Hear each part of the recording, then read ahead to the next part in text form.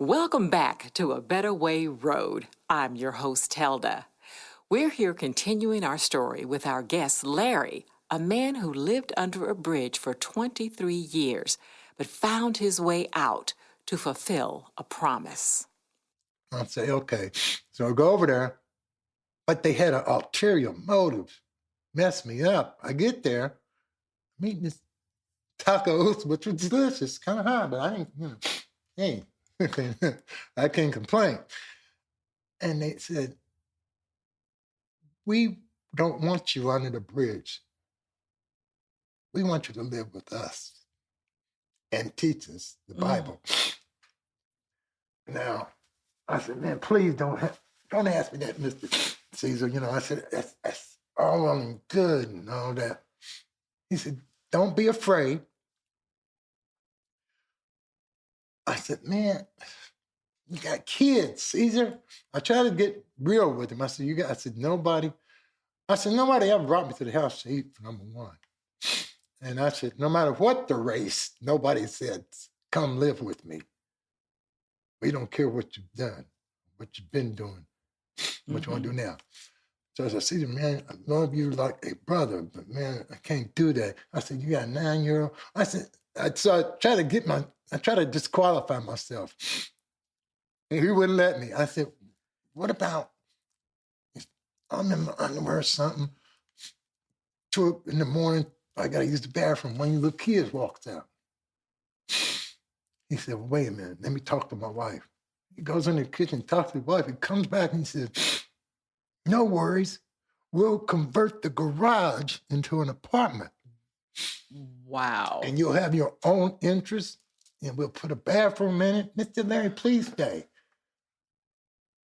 And I said, man, although from my heart I want to, I just cannot do that to you. I said, please take me back to the bridge. That's the best story I got. Wow. Oh, and there were many like that. There were people who let you stay in warm places during cold times. Yes. That they, those are the people, again, they did not judge you. They asked around about you. They found about what kind of man you were, but they didn't judge you and provided shelter. Police would know you and saw blankets or food or shelter. Police didn't have to go out of their way to do that, but they did. People who knew you. So we'll end on this last one, and we'll bring it to a conclusion because your better way wasn't the road; it was under the road, and you still remain the man that you have always been. You didn't lose the goodness in you. But this is the day, as I did my studying, that you decided, I'm walking out of the bridge. I'm leaving the bridge. I'm walking away from it. And you took a step onto a road you said you had crossed without any problem for 23 years. Oh, yeah. And out of nowhere, a car hits you from behind. You said it knocked you up to the street lights. Mm-hmm. And in midair, you made a promise to God. Please tell me about that midair prayer. Oh, my God. Okay. Prior to that, a lady that came down the ramp, called me over, and gave me $100 bill. Of course, I was just flabbergasted. And over the years, people started asking me my real name and would call me, so they were giving me my identity back. And she says, no, Mr. Larry, this $100 is for your birthday. Your 60th birthday. I said, it's my birthday today. Here's what happened to me out there. I've been out there so long, I didn't know what day it was, what year it was. I didn't know who was the president. Never knew what time it was. I almost started reading the sky to know what time it was.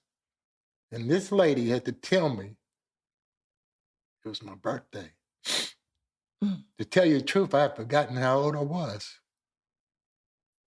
Now, from that day, then she said, be careful. You're in your twilight years. So I'm walking away from her. She drove away. And I had to ask somebody. I said, what's twilight years? Mm-hmm. And they told me, Larry, that means you don't have another 6 years to go. And from that instant, I said, God, I'm done as far as the drugs, and have your way with me, God, I'm done. So, stop getting high. Stop doing anything on that way. I just wanted to just never stop praying. Of all the things that I got while I was out there, the help, the best thing I got was a relationship with God. I knew of God, born and baptized, Catholic. So religion was shoved down my throat. But I just did enough to get by. But all that time out there, I talked to God so much. So much. And one day, before I did this walk out to get me some water, I said, God, I've been out here a long time. I said, and I've blamed everybody for my situation. My parents, the way I grew up. I got bitter, humble with bitterness. I blame my girlfriend. I blame the people at work, brothers and sisters. And I said, God, then I blamed you. For about 10 years, I blamed God. God, I tell you right here and right now, I'm sorry. I blamed you because it's not your fault. I said, this is self-inflicted.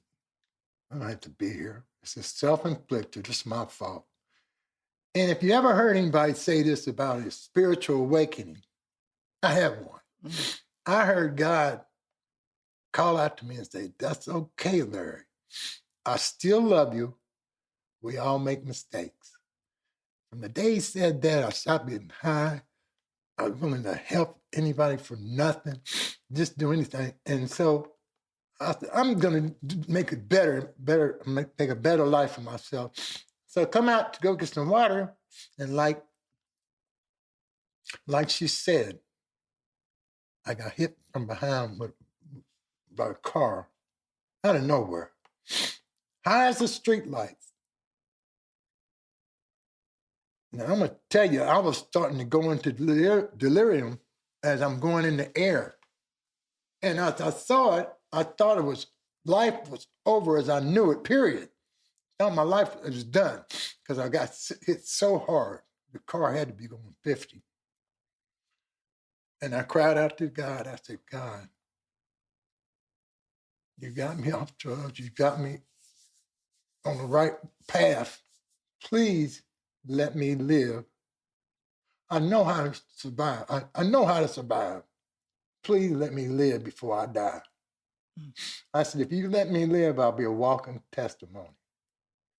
Now, immediately after I said that statement, I passed out. That's when I came to in the hospital, not knowing where I was. And if anybody's ever been knocked out, when you get knocked out, you lose possession of all your limbs, even your eyes. So when I came to, my eyelids was closed. So all I could see was black. And I thought I was in hell.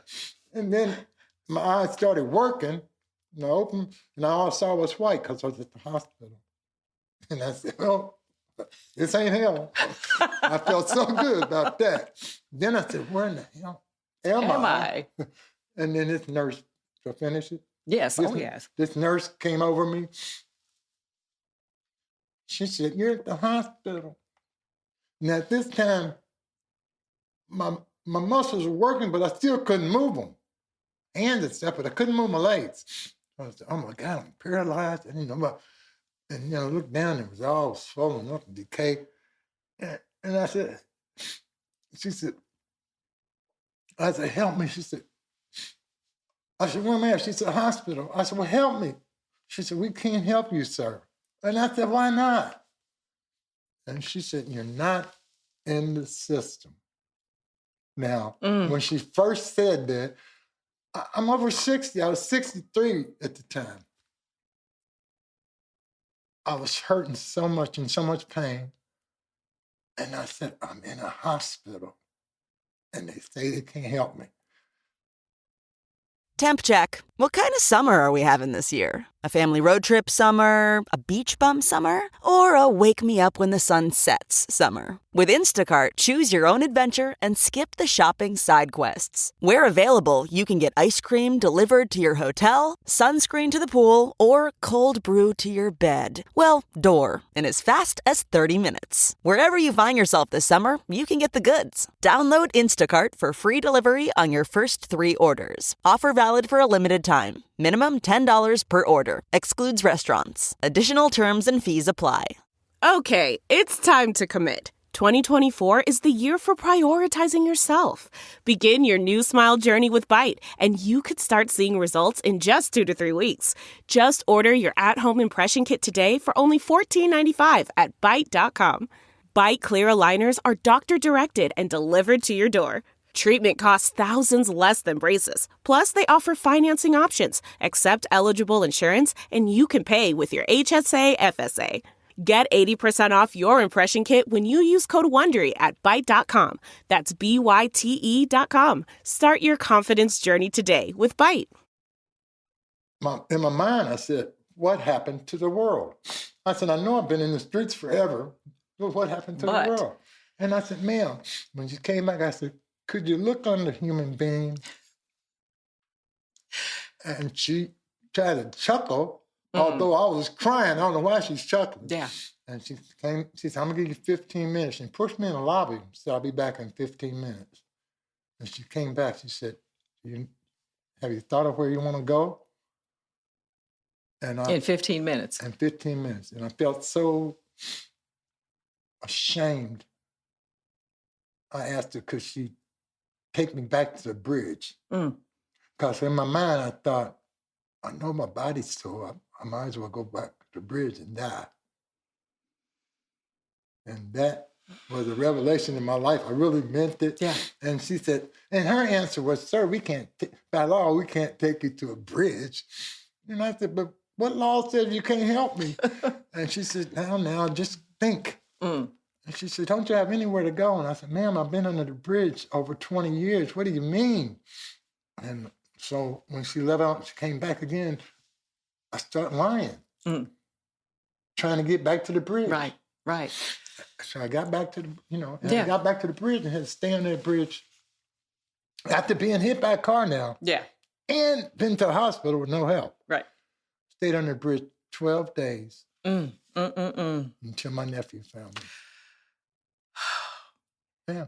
And I remember you saying that he was calling out to you, you know, Uncle Larry, what are you doing back there? And you replied to him.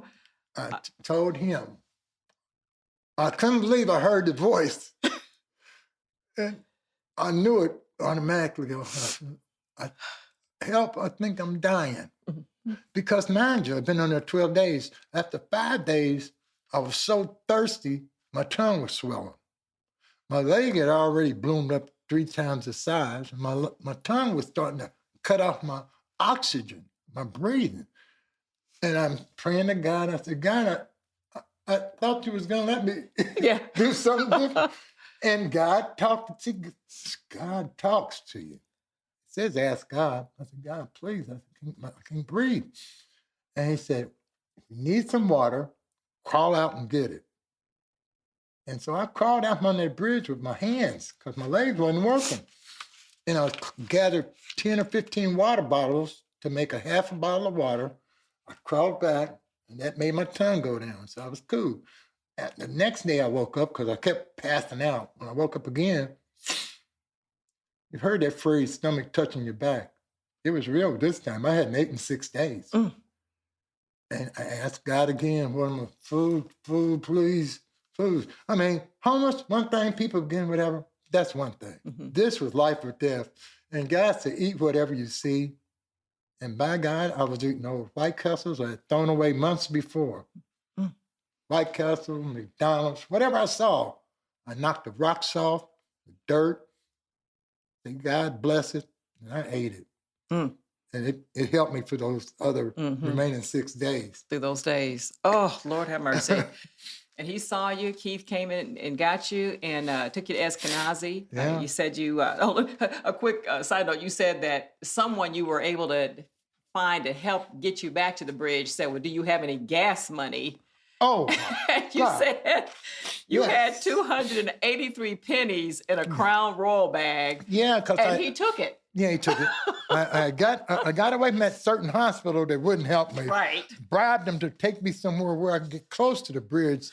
And when I got to this apartment complex, they saw me get out of the van and followed me to where I was going. And the lady that was going to help me, they told her, Miss Jones, she's about 85 years old lady that used to let me sleep on her back porch if I cleaned her apartment. I didn't care. I just needed to.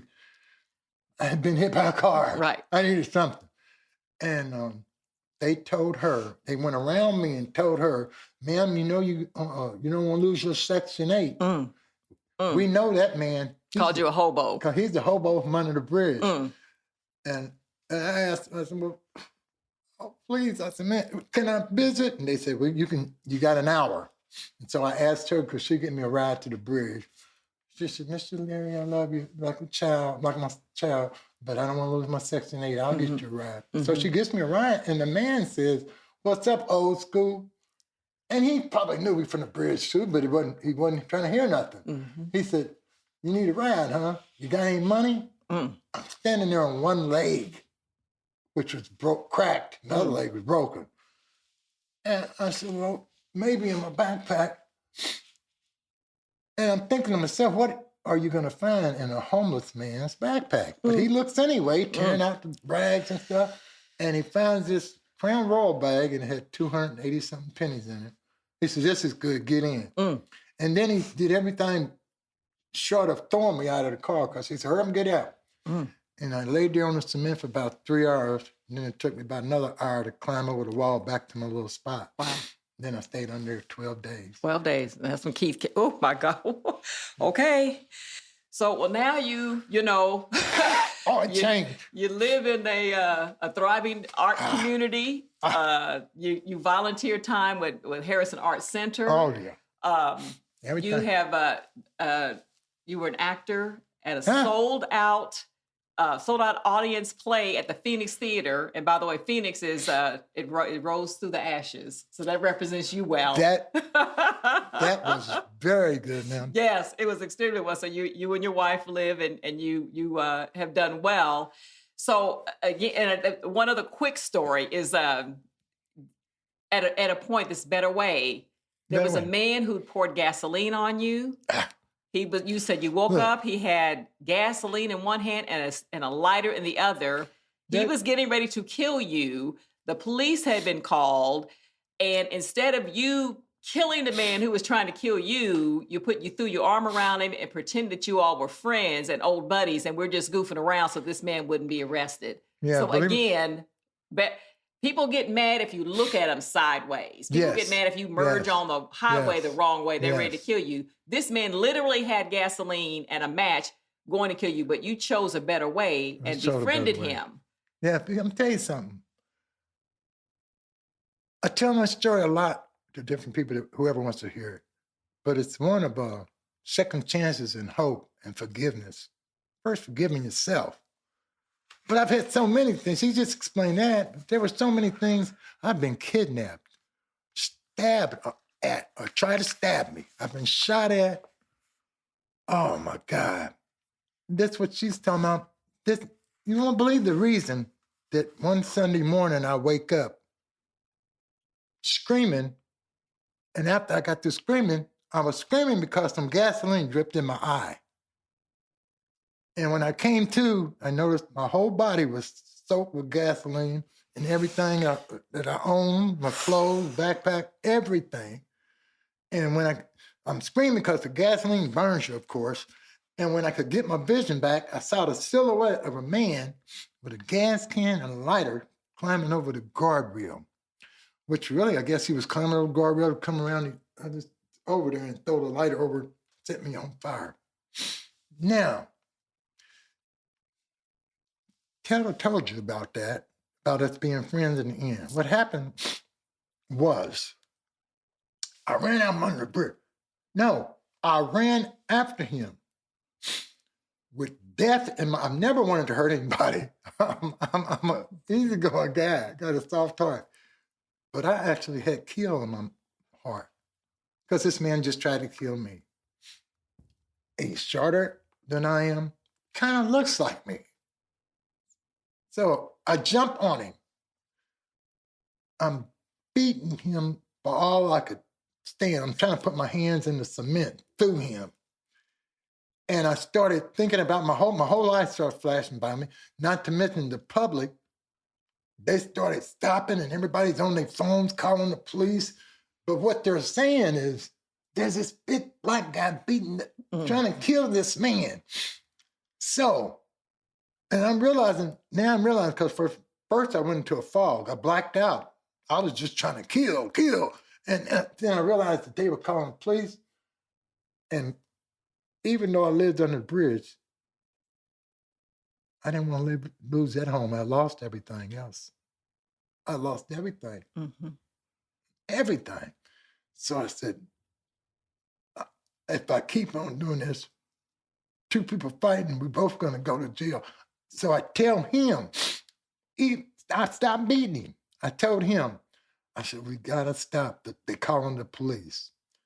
Once I dropped my hands, he hit me square in the nose. And like, dead damn, bam, cracked the top of my nose and then bleeding. But at the time, he cracked me and I'm falling back against the guardrail. Three Lawrence police cars pull up, jumping out with their guns drawn. Have you ever covered a carpet stain with a rug, ignored a leaky faucet, pretended your half-painted living room is supposed to look like that? Well, you're not alone. We've all got unfinished home projects. But there's an easier way. Thumbtack is the app that makes it easier to care for your home. Pull out your phone and in just a few taps, search, chat, and book highly rated pros right in your neighborhood. Download Thumbtack and start caring for your home the easier way. This podcast is brought to you by eHarmony, the dating app to find someone you can be yourself with. Why doesn't eHarmony allow copy and paste in first messages? Because you are unique, and your conversations should reflect that. eHarmony wants you to find someone who will get you. How are you going to know who gets you if people send you the same generic conversation starters they message everyone else? Conversations that actually help you get to know each other. Imagine that. Get who gets you on eHarmony. Sign up today. And I yelled out, hold it, because over the years, I knew all of them by name. I knew all the captain, I knew them all by name. And when they jumped out of a police car, they said, what's going on, Mr. Larry? Mm-hmm. You know, and they immediately put him in handcuffs. And I said, no, they were trying to put him in handcuffs. I said, no, man, officer, we're just playing. And he's looking at me bleeding. And I kept away from him so he couldn't smell the gasoline on me. Mm-hmm. I said, no, man, we play like this all the time because he thinks he can beat me. I think whatever. I made up some story. And then I proceeded to put my arm around him. And it's like, he's my best friend. He's the only friend I got, officer. And the officer, I think it was Davis, he says, Mr. Larry, are you sure? Because this looks awful different than what you're saying. Mm. I said, sir, we were just playing. He said, what happened to your nose? Mm. I said, I fell against the rail playing. And he went away. And this young man, we walked on down. He started, what do you call it, befriended him or whatever. Mm-hmm. When you could have. For this reason. Well, I could have done the opposite. Yeah, it could have done the opposite. I had all kinds of weapons. Better way. There's a better way. All I wanted to know from him is why. Mm. And his answer was, he was tired of people treating him like crap. Mm. He was jealous because the public was helping me, the police were helping me. He wanted to get rid of me out of jealousy. I said, man, if you need, you can have this. Wow. You can have this. You told him to be a better man. I told him to be a better man. Oh. Now, fast forward, he started sleeping under the bridge down from me. Mm. Can I sleep under here? I said, man, it's free country. You want to sleep on the bridge? Have at it. So he starts slipping down from me. And one day, I come back to the bridge, and he's crying. This man was maybe about 10 years younger than me, but he was crying like a baby. And I said, "What's wrong?" He said, "Man, I can't move nothing on my body. Nothing. Please, man." He was crying like a baby. He said, "Please help me. Please, please." And at this point, because this was just maybe a week after that incident, Right. the gasoline incident, and I said, I looked at him. I said, "You can't move nothing." He said, "I can't move nothing but my mouth. I can't move my arm, my back. I'm paralyzed. I don't know what's wrong. Help me." And I'm telling you, God intervened, because I looked around at the couple of bars laying around him. I thought about what he had just done to me a few days ago. And his last request was, "Man, please go call my mama." Now, this man's over 50 years old. He said, "Please call my mama." Yeah. And it goes further than that. Wow. People, I went and called his mama. His mama said, "Ain't no thing. What the hell?" She hung up on me. Oh, wow. Okay. So I called for help. I got him help. Yeah. Paramedics came and said, "We can't come under the bridge. You're going to have to lift him up and carry him out." Wow. I said, I. So I started to lift him, Zelda, and he started spasming. And they said, "Send him back downstairs." And they said, Don't drop him. Let him fall on you." And I let this man that just about killed me. You were his cushion. Yeah, I was his cushion. I fell on the gravel. And he Let him. caught him. And then they called some more paramedics. Because they were female paramedics. They wouldn't come back here. Some more came and got him. Wow. You saved the man's life who tried to take yours. Yes. Wow. See that? I saved a man's life who tried to take mine. There, and, yeah. You know, I said, because there's a better way. Yeah. And that your phrase will end on your, what I call our better way phrase. And that is, you said, it's better to, let me let you say it. Okay. I said, here's what I said. It's better to live and thrive than to struggle to survive. Wow.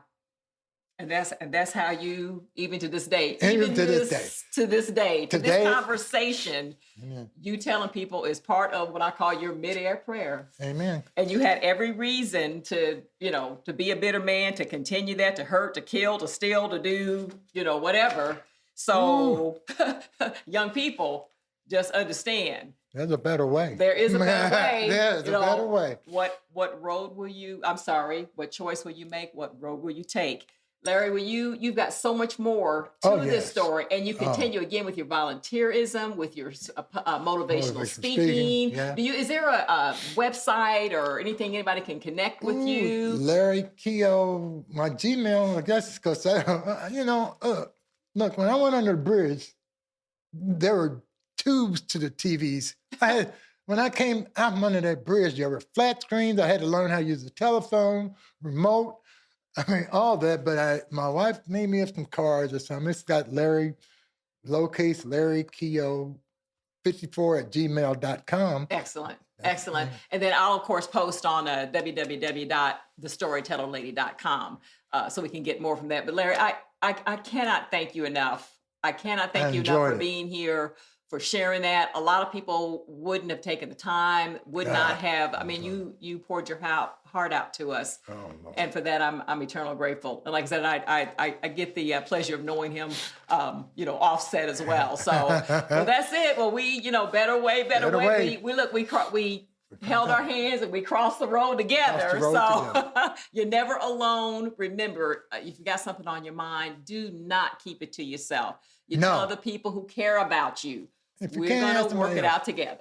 We'll work it out together. You're never, ever, ever alone. Never alone. And under a bridge, you're never alone. So that's all we have to say today. And we will see you next time. This is our very first podcast guest. Yes. You will not be your last visit. So I'm just telling you right now. So that's it. We're signing off for now. Better way. See you later. See you later. We worked it out together so we can smile forever and talk it out together. about a better way, better way. Better way,